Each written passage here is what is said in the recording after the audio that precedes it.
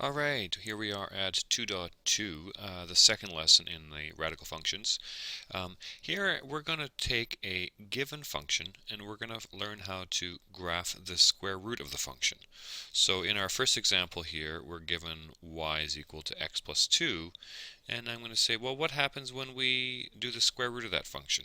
Okay, so it's a little bit different approach to how we were doing it from the previous lesson. So I'm going to actually go over and take a look at a few of these graphs. Let's pop over to Desmos here. So if I pop over there, um, we are there. I just popped it up a little bit higher, the screen a little higher, so you can see that I am at desmos.com calculator there. And so I'm going to start off by graphing the y is equal to x plus 2 function, and you can see, sure, it's got a y-intercept of 2, and it crosses the x-axis. There are a couple little points there. So now what happens when I do the square root of that function? So I'll just pop that on there. So you can see it crosses at 2 points. Here, I'll just get rid of that one. It crosses at 2 points. It crosses, or it touches. They have in common 2 points here. And you'll notice it's where the y value is 0, it's in common, and here where the y value is 1, it's in common. And the other thing I want you to notice is that the blue line, so this is the square root part, if I can get rid of that, see the square root part, it looks just like we did before. We could say, hey, that looks like the y is equal to the square root of x, just moved over to the left 2 spots, right? If you compare the two graphs, the square root function goes over top of the other one, up until 1, and then goes underneath it. And the other thing you'll notice is that the square root function, the blue one, disappears left to the negative 2. So a couple important things. So let's go back and take a look at our notes here. Alright, so this is a sketch of the same thing. This is recorded now in your notebook. It says, note, the radical has no values when the original graph is negative. So that means right here, that is a solid dot, and then it goes off to the right and becomes an arrow. You know what, I'll just say that the first thing, the most important thing about thinking about these graphs is if I just zoom down to the bottom and I'll highlight it. In fact, maybe we'll even write it out. It says here, keep the x values the same and take the square root of the y values. If you remember that one item today, that is the key to everything. So let's just think about it through that kind of a lens, shall we? So if we keep x's the same and square root the y's. Okay, so I think this will make sense now.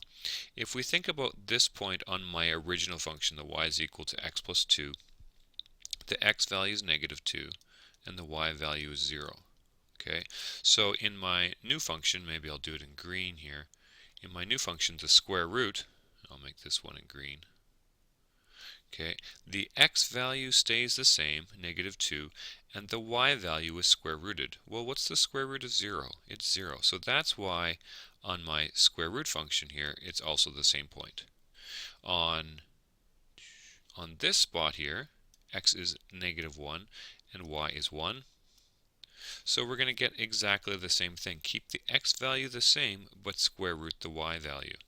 Let's look at the third dot here. So this one over here is the x is 2 and the y value is 4. So what happens in my other function? My x stays the same and the square root of 4 is 2. Okay, so what about if I was to go over and say, look at, if I extend this line over and say, okay, it goes over here. Here my x value is negative 3 and my y value is negative 1. So for my square roots one, the red line, which I'm marking around in green, I would keep the x value the same, negative 3, but I can't do a square root of a negative value, so that's why it stops. Okay. So we call those points that are in common, we call those the invariant points. So the invariant points where y is equal to 0 and y equals 1, well, here they are, right? Those are those two invariant points. The values of y of the radical function are larger than the original function between 0 and 1. So this is the same thing as when I said this line goes over top here and then goes underneath. It's pretty easy to understand here if we're keeping the x values the same and we're square rooting the y values, that most of the time the square root value is less, because the square root of 4 is 2 and clearly 2 is less than 4. But this is something that's kind of neat. Between 0 and 1, when we do the square root of a value, it actually gets a little bit larger. So the square root of a half is actually larger than a half. So that's why these values, the y values, when they're getting square rooted, get larger, and then afterwards they get smaller. Okay, let's analyze this through this piece here. What is the x-intercept for y is equal to x plus 2? So what the x-intercept means, I often just sort of think about this here. The x-intercept is where it's crossing the x-axis. So in other words, it's what's the x value when y is equal to 0? So right away I know that it's going to be something, comma, 0. So looking over in my graph, the x-intercept is negative 2, comma, 0. And how about in my square root? My y is equal to x plus 2. It is also going to be negative 2, comma, 0. What's the y-intercept? Where does it cross the y-axis? Well, here this one crosses at plus 2, so it's going to be 0, comma, 2. Right up there. Here it crosses at 0, comma, now I don't know from looking at this exactly what it is. It looks like a little bit less than 1.5, but if I follow my rule where I keep the x's the same and square root the y's, it's going to be 0, comma, the square root of 2, and the square root of 2 is approximately 1.4. Okay, so it's from the square root of 2. So you'll see we keep the x's the same, but we square root those y values. Okay. What is the domain for my original function? Well, there's no limit to what the x values can be in my original function. So I'm going to say x is going to be all real values. And what about y is equal to the square root of x plus 2? Well, that's where we said actually x, the lowest value, the furthest to the left, is going to be as negative 2. And that's a filled in dot. It does include negative 2, and then it goes larger than that. So I'm going to say x is greater than or equal to negative 2. What are the invariant points? So the invariant points mean what points are common to both of them. Where do they cross? And we've already highlighted that. It would be negative 2, comma, 0 and negative 1, comma, 1. Okay, so here are some steps to sketching y is equal to the square root of x when you're given a graph. One would be cross out the part of the graph where the y values are negative. So if I were to give you, say, the original graph here, let's do exactly what they say. Let's do y is equal to x. So y is equal to x looks like this, right? And now in green, let's do y is equal to the square root of x. So the first part is cross out the part of the graph where the y values are negative. Okay, so maybe I'll just scribble them out. Okay, check, done that. Place a point on the graph where y is equal to 0. Okay, so here's my x, here's my y. When y is equal to 0, it'll be right there. This is the starting point. Place a point on the graph where y is equal to 1. So y is equal to 1 would be right there. To find other points in the graph, keep the x values the same and take the square root of the y values. And then it says, connect all points in a smooth curve that resembles half a sideways parabola. And we are quite familiar with this pattern because we've done it from the previous lesson, so it's going to look like this. Okay, so if I had a point here, one would be, say, when x is 4 and y is 4. I picked that one because it's a perfect square. So this one would be my x value stays the same, but my y value is the square root. So it would be 2. Alright, so there would be an example of following the steps, and we can use that throughout our lesson. I'll put those check marks in there so we got them all done.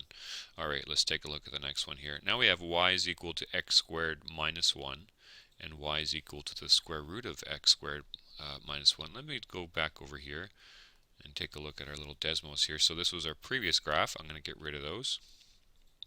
So here's y is equal to x squared minus 1. So we know this graph quite well. You can look at this and say it looks like y is equal to x squared, and then just drop down 1, and we've got a couple of points. So now if we're going to follow our rules here, remember the same idea, we can say let's get rid of the values where it's negative, and we're going to have an invariant point here, and we're going to have an invariant point wherever y is equal to 1. So we actually have 1 there. See if I could, because I can't quite make it stay there. And we have 1 here, and we have an invariant point there and there wherever y is equal to 1. So let's draw it on there. Okay, so we see it. If I zoom in, it's the same idea, even though it's a curve, between y is equal to 0 and y is equal to 1. It crosses over the line and then it goes under the line. So going back to our notes, we see the same thing here. What is the domain of the original function of y is equal to x squared minus 1? What are all the different possible x values? Well, it can be anything. So x is going to be a member of all real numbers. And now what about for x squared minus 1? Well, it gets a little bit more complicated about how to write it. X can be from negative infinity up to negative 1, and then nothing between negative 1 and positive 1, and then from positive 1 all the way up to positive infinity. So I could say, I'm going to do it in 2 chunks. I'm going to say x can be less than or equal to negative 1, so that means all these values are good or all these values are good. So now I'll say x is greater than or equal to positive 1. And so just a reminder, I'm doing it this in the slightly easier way. I could write out the whole curly brackets x such that, and then put this chunk in the middle, put this chunk in the middle there, and then say, and it's part of the all real values like this. Okay, so it takes a little while to write it all out in that little block. Now that is set notation. If I did interval notation on this exact one, it would be from negative infinity all the way up to negative 1, and I'll put a open bracket there and then a closed one here, and then the union of, so including both sets of points, and then I'll go from positive 1 up to positive infinity like that. So this would be a correct way to do it, and this would also be a correct. Alright, so what are the invariant points? Well, now we have 4 of them. It's wherever y is equal to 0 and wherever y is equal to 1. So, for the 0 points, let's do those ones first. I've got this one here, which is negative 1 for x, and then 0 for y. And then this one here, I've got positive 1, and then 0. And now I've got these points here. So I guess we got to figure out what would those points be. So let's see if we can figure this out. I know that y is equal to 1 here. So if I look at, let's pick the easier one, y is equal to x squared minus 1. I know that y is 1. And let's figure out what x is going to be. So we'll add 1 to both sides. We'll say 2 is equal to x squared. And then I'll do the square root of both sides. So x is going to be equal to the square root of 2, and it's pretty clear to see that we actually get 2 values. When we do this square root, we can have both the positive root 2 or the negative root 2. So the square root of 2, so that's approximately 1.4. So this value here would be about negative 1.4, and this value here is about positive 1.4. So this point here is 1.4 comma 1. This point here is negative 1.4 comma 1, the x and the y values. So putting it in over here, I can say plus 1.4 comma 1, and then negative 1.4 comma 1. If you really wanted to, you could write root 2 in there as well if you wanted the exact values. Okay, so let's look at this next one here. We have y is equal to 4 minus x squared. So if I go back over here, let's just look at this. Y is equal to, oh boy, I got to zoom out. So we are kind of familiar with these parabolas, especially from grade 11. So first of all, when you look at the fact that when you've got a negative value here, that's going to be causing it to move, to open downwards. And so if we followed our same rules, we're going to have invariant points here and here when y is equal to 0, and when y is equal to 1, here and here. Okay, wherever y is equal to negative, we're going to be forgetting about it. And now thinking about how this works, it's going to go over top, and then it's going to go underneath. So what happens over here? Well, let's think about this point here. So this point here is 0, 4. So what do? We keep the x values the same and do the square root of the y values. So that would be the square root of 4 is 2. So I'd go like that. So it's going to come up. This looks a little bit yucky here, but it's going to go over top the line here and then goes underneath there. And what about here? Same idea. It goes over the line between 0 and 1, and then it goes under the line and is going to get like that. Okay, so that looks really ugly, but let's see. If I get rid of my drawing and then say do the square root. Notice how I typed this into Desmos. I said f of x is equal to 4 minus x squared. And I'm saying y is equal to the square root of that previous function. So it's another way of typing it in. And there it is. It looks pretty good. And you see that going over the line again between 0 and 1. And why does it go? Why is the highest point 2? Because this one was 4, and the square root of 4 is 2. All right, so moving back, there you go, and there is that result. What is the domain of my original function? Is there anything that x can't be? No, x is all real values. And what about of our square root one? Well, sure. Now x, the smallest value it is negative 2, and the highest is positive 2. So I'll write it this way: negative 2 is less than or equal to x, which is less than or equal to positive 2. Invariant points, again, there are 4 of them. There's this one and this one. So there's plus 2, 0, and minus 2, 0. So I got those ones figured out.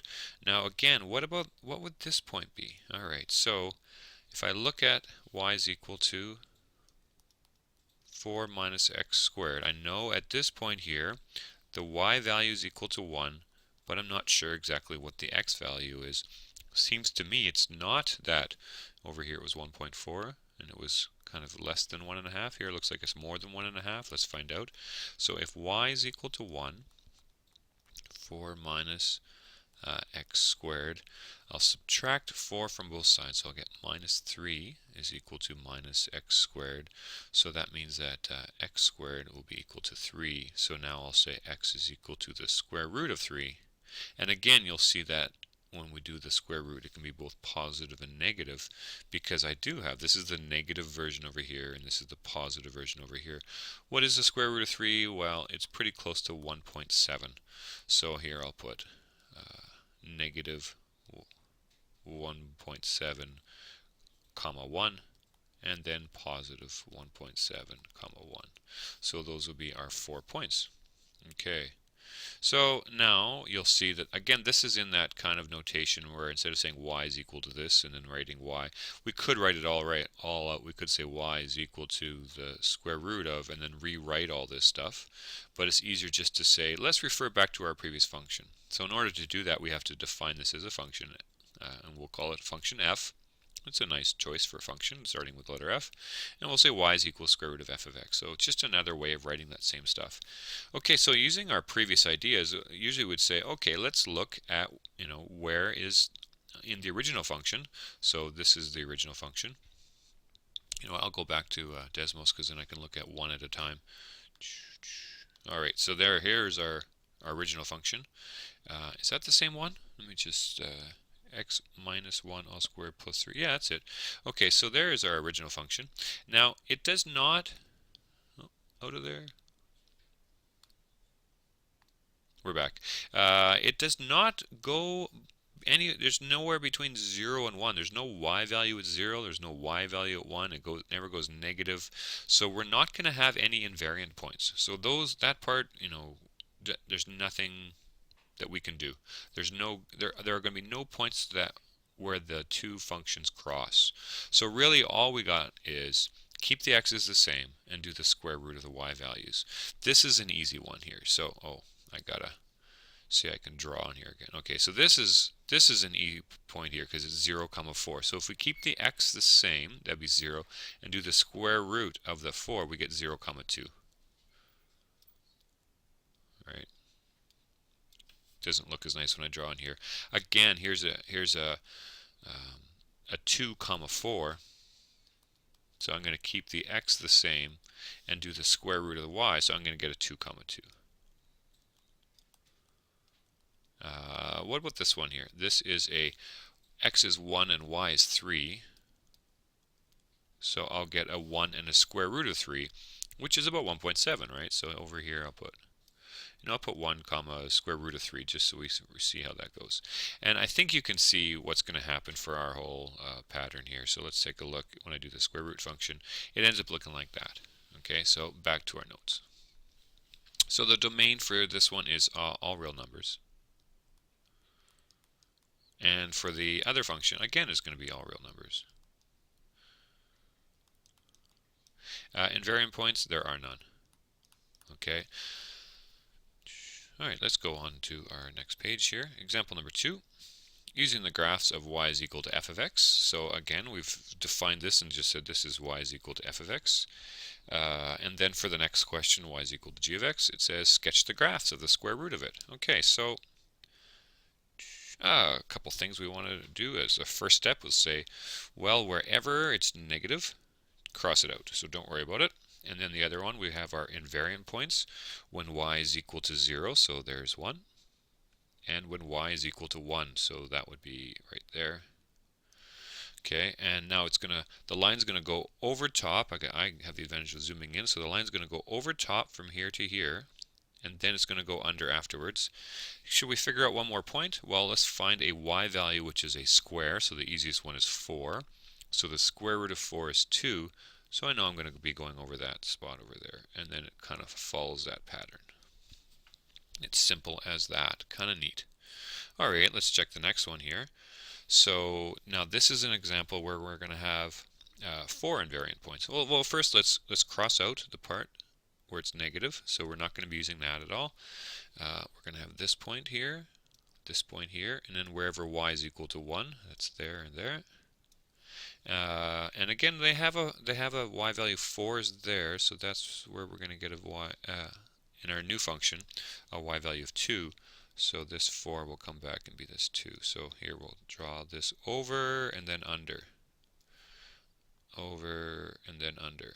Okay, and you'll see how I'm very careful. I guess I should erase my scribbles as well because that's not really part of the graph, is it? So when I'm all done, I should.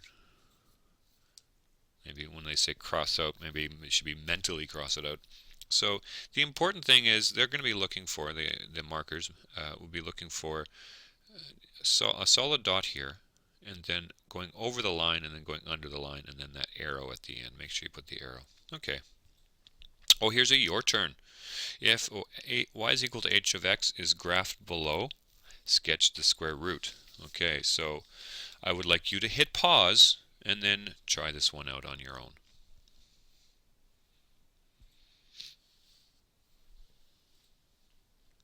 Okay, so hopefully you've done that. So first of all, I'm going to think, okay, I can cross out anything where the y is negative, put my 2 invariant points down where y is equal to 0 and y is equal to 1. Here, actually wouldn't hit 4 until way over there, so the next point would be about here. So it's kind of tough to go across to figure out another neat point, but it would kind of be going like that. Okay, that's it. You have some textbook work, and just a reminder, if you look ahead, I want you to go through this homework first, and you'll notice that we've done 2 different ways of drawing radical functions. One is to think of this as a parent function. This is lesson 2.1, which you did before. Think of that as a parent function, and then what happens when you go and you say, apply what we learned from the previous chapter when you go and think about these different transformations you can make. So this was 2.1, and now 2.2 is learning some very specific rules about when you have it graphed, how to, do the get rid of the negative and things like that. So the next order of business would be do the homework, okay, and then there is some practice ones. So I will be making another video. This is still part of 2.2, but do the homework first and then watch the next video, and we're going to we'll see how these two methods, 2.1 and 2.2, how you can often pick which one you want to do. Okay, thank you.